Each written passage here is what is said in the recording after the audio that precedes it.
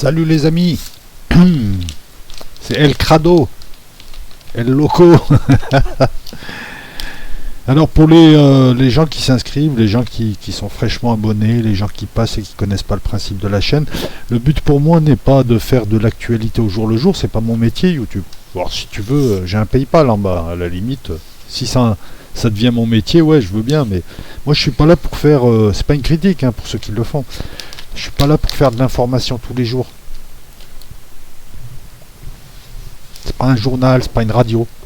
Il y en a qui le font, il y en a qui le font très bien d'ailleurs, il n'y a pas de souci. Mais donc voilà. Moi je prends des faits, je suis des faits et j'essaye d'apporter des analyses. Très souvent avec du recul. Pour cette affaire, il n'y a pas... Enfin, il y a un recul à avoir.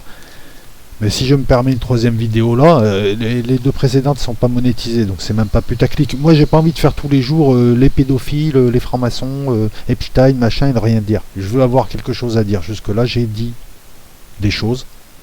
Pour les petits malins qui me disent ouais mais tu dis comme Panamza, il faudrait le citer. Mais pourquoi tu veux que je cite Panamza? Moi je fais des analyses indépendantes, gars. D'accord? Moi internet il me sert à prendre les faits. Et après t'inquiète pour moi. Voilà, les gens me connaissent, savent que je fais des analyses indépendantes et que j'essaye de mettre de la valeur ajoutée et pas seulement de prendre des faits et de répéter, tu sais, l'ancienne, les sionistes, les francs-maçons, machin. J'essaie de creuser un peu les pistes, quoi. Tu vas apporter quelque chose. Après, s'il y en a qui veulent entendre le discours, les francs-maçons, les satanistes, ouais, c'est bon, tu mets le disque, tu fais tourner. Si tu veux des informations d'un autre style où si t'aimes pas ma gueule, passe ton chemin aussi. Qu'est-ce que tu fais, je veux dire, quelque part. Moi, ce qui m'intéresse dans cette affaire, c'est pas de venir réciter, comme les chercheurs de vérité, les sionistes, les francs-maçons. Il y a aussi des chaînes pour ça, qui vont te répéter tous les jours ce que tu vas entendre. Tu peux y aller. T'es pas obligé de rester. Tous ceux qui viennent casser les couilles avec leur histoire de Trump, là, j'en parlerai plus tard d'ailleurs, parce qu'il y a une revue de presse. Non, moi, ce qui m'intéresse dans cette histoire, c'est qu'est-ce que je peux creuser. Moi, je prends dans la presse, j'ai des sources variées, je prends les faits, le maximum de faits. Je garde les faits qui servent, je veux dire qui sont vrais, puis j'enlève tout ce qui est redondant, tout ce qui est faux, tout ce qui n'est pas sourcé. Je regarde ces faits, je les analyse. Je vois des structures. Il y a une expérience, il y a une mémoire.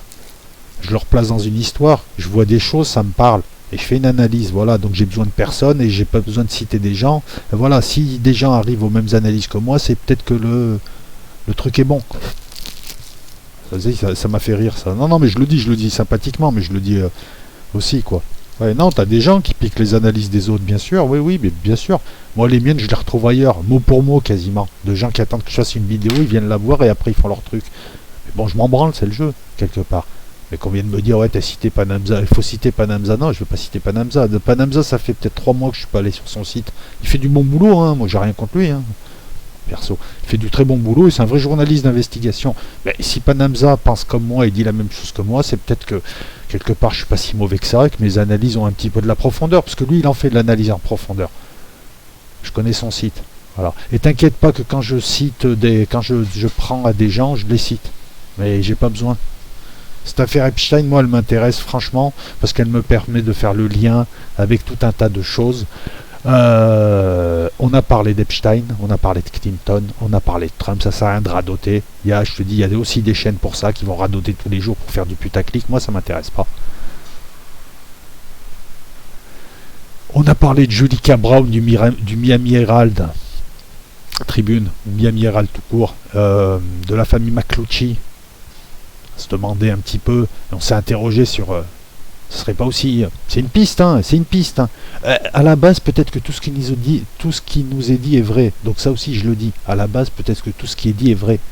Et deuxièmement, là, on fait des supputations, des hypothèses. Moi, j'ai pas de théorie. J'en propose, mais voilà. Chacun fait ce qu'il veut après. C'est ça, c'est tu viens, tu regardes, tu prends ce que tu dois prendre et tu es intelligent. Et après, tu te fais ton avis. Voilà.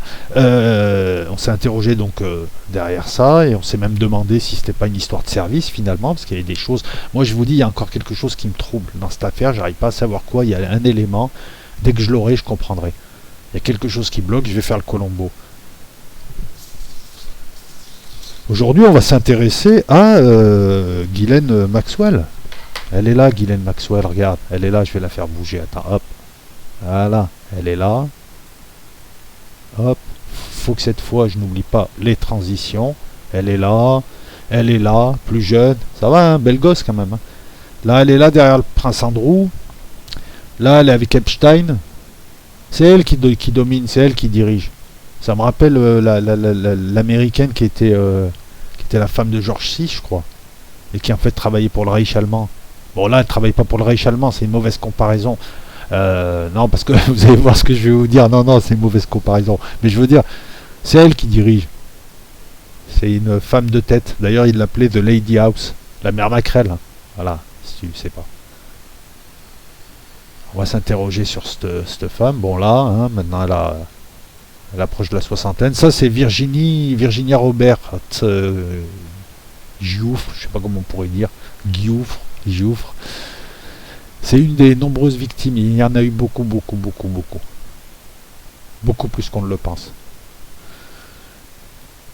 Là, il y a des rumeurs, il y a plein de rumeurs aussi. C'est pour ça aussi que pour traiter cette affaire sous l'angle classique, là, c'est le moment où on nous balance tout un tas de rumeurs, qui arrivent tout un tas de journaux, et on voit tout un tas de vidéos qui sont inspirées d'une rumeur et qui font que... On parle par exemple du FBI qui aurait fait un raid dans l'île, dans les Caraïbes, l'île d'Epstein, où se déroulaient les partous avec les mineurs. Je vois tout de suite les types dire « Ouais, ils vont nous cacher des trucs ». Non, l'enquête continue. L'enquête est, émotionnellement parlant, elle a tellement choqué que le ministre de la Justice, William Barr, et le procureur fédéral Manhattan ont dit qu'elle continuerait pour voir s'il n'y avait pas d'éventuels complices. L'action publique est éteinte à l'encontre d'Epstein. On ne peut plus lui faire de procès, mais ils vont poursuivre l'affaire. Est-ce que... Comment dire ça? Est-ce qu'ils le font pour ensuite noyer le poisson ou pas? Wait and see. Moi, ce que je vois, c'est que si le FBI... mais c'est des casse-couilles, plus le soutien populaire, plus le gouvernement qui laisse faire, c'est-à-dire Trump, parce que je pense pas qu'il soit trop mouillé. Je sais pas, voilà. On va voir des têtes tomber. On les aura peut-être pas toutes, ces têtes, mais on va voir des têtes tomber. Là, on parle d'un réseau d'une centaine de filles qui travaillaient quasiment tous les jours, à l'année, avec des clients.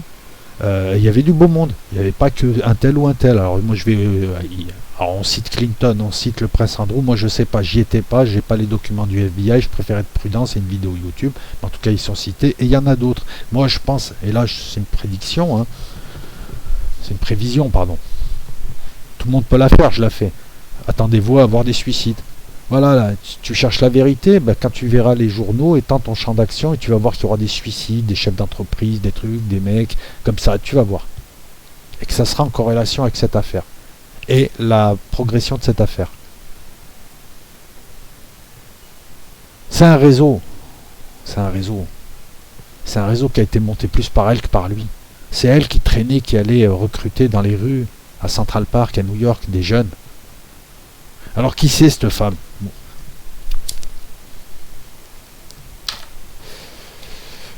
Ghislaine Maxwell, c'est la fille de Robert Maxwell qui est mort, lui, alors mystérieusement. On dit que c'est les services britanniques, on dit que c'est pour lui faire fermer sa gueule. Il y avait des histoires il y avait pas mal d'histoires. Allez voir un peu la mort de Robert Maxwell en novembre 91. On a retrouvé son corps flottant près de son yacht, près des îles Canaries. Hein, ça sent on l'a suicidé. Il en savait des choses. C'était un type lié au service. Donc elle, c'était sa fille préférée. Quand il meurt, elle se retrouve sans rien. Elle a 8 frères et sœurs. Elle se retrouve avec une pension de 100 000 dollars par an. C'est rien pour elle parce que c'est une jet-setteuse. Elle a fait la fête avec le beau monde et tout, parce que son père était quelqu'un d'important quand même. C'était un mania de la presse. Qui travaillait pour les différents états profonds. Hein. Qu'est-ce que tu veux que je te dise d'autre? Ben, elle se retrouve sans rien. 100 000 dollars, c'est rien pour elle. Je veux dire, c'est 3 soirées, quoi. Elle se retrouve sans rien, elle rencontre Epstein, 9 ans. Et c'est là où on commence déjà à nous raconter des trucs. C'est là où on commence déjà à rentrer dans le flou. On te dit qu'elle le rencontre, qu'ils sont amants et puis ils deviennent amis. On te dit qu'elle le rencontre, ils sont amants quelques années et ensuite ils sont amis. Et on te dit aussi, selon les sources, qu'elle aurait véritablement rompu en 2011 avec lui, en tant qu'amant, pas en tant qu'ami. puisqu'elle a continué jusqu'à ce qu'il se fasse arrêter, et elle a arrêté sa fondation Croupion, là, son groupe de défense des droits des océans, tout bidon. Voilà, ça sentait l'officine. Vous allez voir que ces éléments ont leur importance. Je suis en train de reconstituer un scénario, parce que moi j'ai vu une structure, voilà, j'ai des faits, j'ai plein de faits, au fur et à mesure que je me recule, je vois des structures. Je suis comme un mathématicien, l'intelligence en moins, enfin son intelligence en tout cas. Moi je me sers de mon intuition. Et là vous allez voir que plus on recule, plus on voit des structures, et plus on voit des forces qui sont bien au-dessus d'Epstein, et peut-être même bien au-dessus de Trump et compagnie.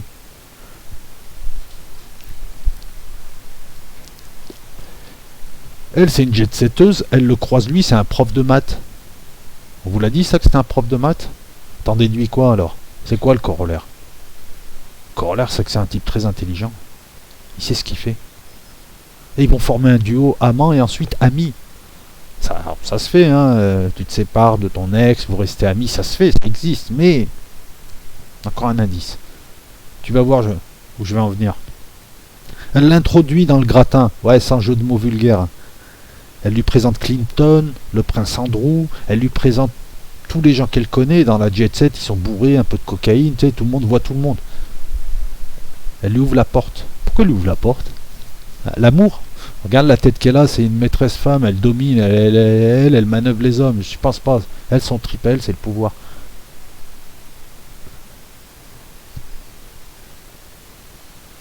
C'est à cette époque-là que Epstein et lui partaient avec le jet.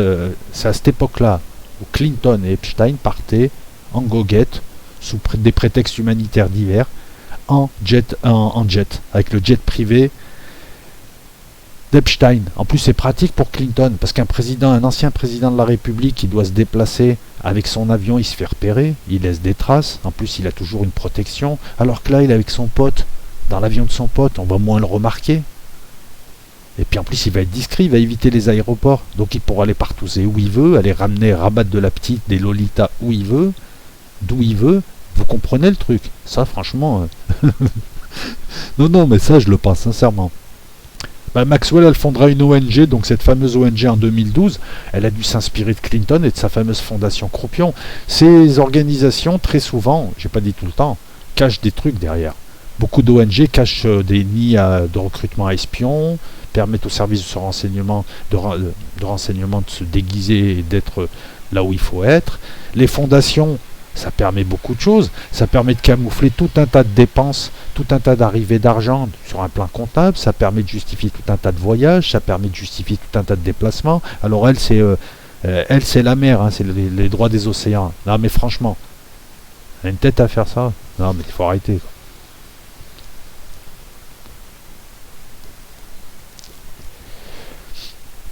Puis ce qui est marrant là, c'est qu'il y a des multiples témoignages qui incriminent les deux. Lui, il en est mouru, comme dirait l'autre. Elle est dehors encore. Elle attend les preuves et elle est prête à se défendre. Moi, on m'a dit, la femme d'Epstein est partie en Israël.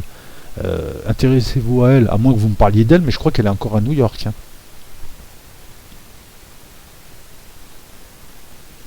Je regarde. Vous allez vous dire, mais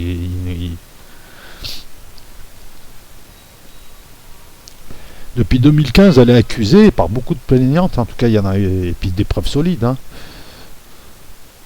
C'est la mère Macrel. Alors écoute, c'est très simple, je vais t'expliquer un truc. Elle, c'est un agent de renseignement du Mossad. C'est une grande professionnelle. Elle a trouvé sa clé. Lui, il a cru qu'on allait lui ouvrir la porte. Non, c'est elle. D'accord? Elle l'a fait rentrer. C'est elle qui a organisé le réseau. Lui, c'est son cache-sexe. Et lui, il en a profité. Mais c'est elle le cerveau. Et lui, il a bossé pour eux. Et qu'est-ce qu'ils ont fait? Putain, la mine d'or. Elle avait besoin de lui, comme cache-sexe, pour monter un réseau de filles. C'est elle qui les recrute, c'est elle qui gérait, c'est elle qui s'en occupait. Lui, c'était juste un queutard et il faisait le beau. Quand tu regardes les faits, c'est elle qui faisait tout. Et c'est elle qui est dehors. Parce que jusque-là, elle avait plus ou moins... Hein, je pense qu'elle est cramée. De toute façon, ce genre de personne est très vite suspectée par les services d'en face. Donc elle travaille en territoire américain. Et de fil en aiguille, Laurel et Hardy, elle et lui... Lui, c'était un peu finalement, c'est lui le Spuntz, hein, dans l'affaire. On montait des putains de dossiers, quoi. Plein, plein, plein, plein, avec des mecs, des photos, des trucs sales, voilà, j'ose même pas, je veux y penser. Ça leur permettait de tenir les couilles tout le monde aux USA, donc voilà, donc de peser sur la politique, les affaires, et puis dès que tu avais un ennemi qui te cassait les couilles, tu sortais un dossier. C'est comme ça que bossent les services secrets, c'est comme ça que tu as des affaires ensuite, Canard enchaîné et autres, mais là c'est... Et ils ont ratissé large. Et je pense qu'ils ont dû casser les couilles à quelqu'un qui... Je m'excuse de parler comme ça, mais bon, on est entre nous. Je pense qu'ils ont dû casser les couilles à quelqu'un qui... ou alors qui était client et qui est balèze. Ou alors les services américains au bout d'un moment, parce que tu sais, il n'y a pas d'amitié en service. À un moment donné, ils sont allés les voir. Enfin, même pas ils sont allés les voir. C'est juste que quand tu travailles dans un territoire d'un pays ami, tu dois te signaler. Eux, ils devaient bosser en franc-tireur. Les Israéliens derrière récupéraient les dossiers. Ouais, non, mais c'est peut-être de la science-fiction ou du complotisme. À ce moment-là, reste pas, n'écoute pas la vidéo. T'as raison, hein, ne me crois pas. Moi, je te balance des hypothèses comme ça. Hein. Et si tu penses que la réalité, elle est en deçà de ça, elle est bien au-dessus de ça, la réalité. Enfin, ce que je veux dire par là, c'est qu'elle pourrait même peut-être plus nous surprendre que tu ne le penses. Excuse-moi, moi, je suis rien. Mais quand je la vois, elle a le profil de l'agent. Lui, c'est pas un agent. Elle, c'est un agent. Lui, c'est le pigeon. Les autres sont les clients. Et t'as le service taulier du coin qui a sifflé la fin de la partie. Et maintenant, je pense que ce service-là, avec toutes les factions anglo-saxonnes, vont s'arranger pour qu'il n'y ait pas trop de têtes qui tombent. Donc vous attendez pas à voir les Clinton tomber. Non, c'est pas possible. Par contre, ils vont faire tomber des têtes, il y aura des suicidés, et puis il y aura des gens, s'ils ouvrent leur gueule, il y aura des morts. Voilà moi comment je vois la chose maintenant, cette affaire-là. Et là, ce que je fais là, bon ben, je donne un scénario, donc après on va voir... Le futur va nous dire si c'est possible ou pas. Mais franchement, ça sent le couple du Mossad. Ça sent elle qui est agent, lui qui bosse. Et puis voilà, et ils ont pris un coup de pied au cul par les services américains. Ils leur ont dit, qu'est-ce que tu nous fais là? Tu fais des dossiers sur nous? Non, ça marche pas comme ça, vous dégagez. Et ça, c'est un coup de semence. C'est exactement le langage. Enfin, et disons que je crois entendre une petite musique et je crois voir des déplacements de pièces du premier échiquier, celui que tu ne verras jamais. Alors je l'appelle premier échiquier, mais t'en as encore d'autres au-dessus, mais ils sont tellement cachés qu'il n'y a pas de numéro. Voilà. Si tu trouves que c'est complotiste, donne-moi des arguments, ton poste y passe. Si tu penses que... Parce que moi, ce que je sais, c'est que grâce à pas mal de vos posts, vous m'avez plus ou moins ouvert des pistes que j'ai creusées. Et la version de On l'a exfiltré, je voulais aussi vous dire ça. La version de On l'a exfiltré, et on a fait croire à sa mort, bah écoute... On peut la rajouter au scénario, et peut-être qu'ils leur ont juste dit vous le dégagez, c'est vrai. Tu sais, ils offrent des protections, ce genre de pays. Tous les pays peuvent offrir des protections à des types, c'est des braqueurs, ils ont balancé 3 mecs et une grand-mère. Là, c'est quand même un mec important. Donc pourquoi pas envisager, on n'y était pas dans la prison, peut-être qu'il n'est pas mort du tout, qu'on l'a sorti, qu'il est en Israël ou qu'il est ailleurs, dans une île, et que là, on va faire un peu de vent, et que lui, il n'a plus le droit de revenir aux USA. On peut tout envisager, vous avez parfaitement raison. On peut tout envisager.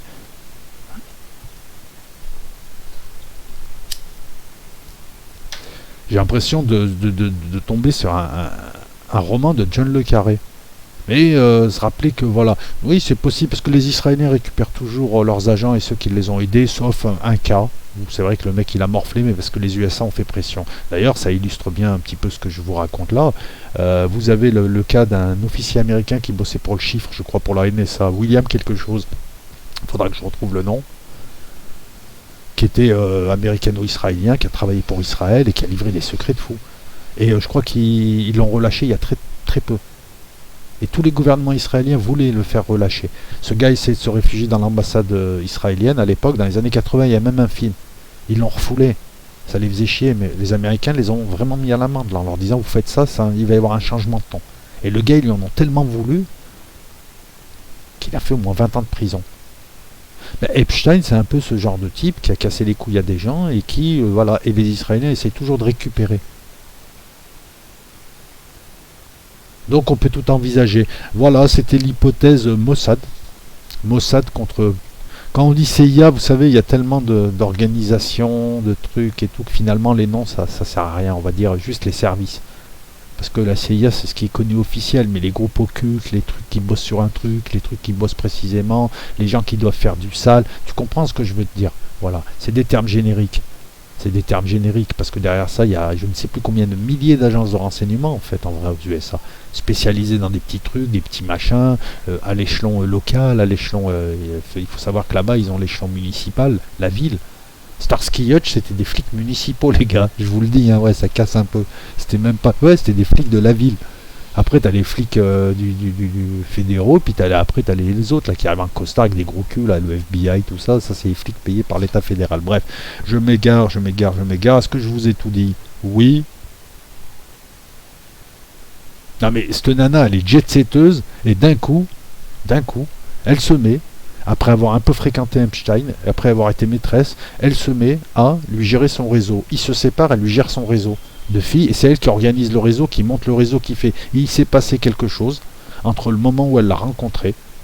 Et en plus, son père bossait pour les services israéliens, il bossait pour les Anglais, il bossait pour tout le monde, il bossait pour les services de la Lune, il bossait pour tout le monde et tout. Cette nana-là le rencontre. Attends, on va revoir ça ensemble. Non, mais ça tilt dans ma tête, c'est grave. Hein. Alors, l'ONG, elle l'a fermé une semaine après qu'il se soit arrêté. Et tu vois, c'était une officine bidon, quoi.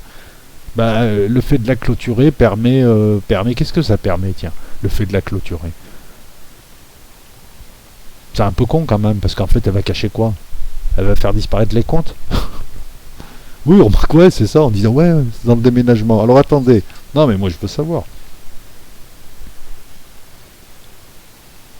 Elle rencontre Epstein, ouais, 99-2000, dans ces eaux-là. C'est dans ces années-là qu'il s'est passé quelque chose.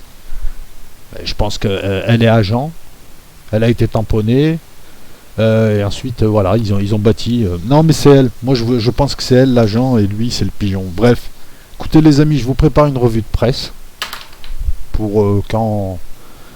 Demain, après-demain, on verra. En tout cas, dites-moi ce que vous pensez de cette version-là, qui est loin d'être bête. Si Panamza en a parlé, désolé, hein. En tout cas, ça vous empêche pas d'aller voir ce qu'il fait, hein. Mais comme je l'ai dit, moi, je travaille avec mon intuition, mon expérience, mon suivi, le travail que je fais, le travail d'analyse, et je vais sûrement pas copier d'autres gens. C'est stupide. J'en ai pas besoin, et puis en plus, non mais si, quelque part c'est du parasitage.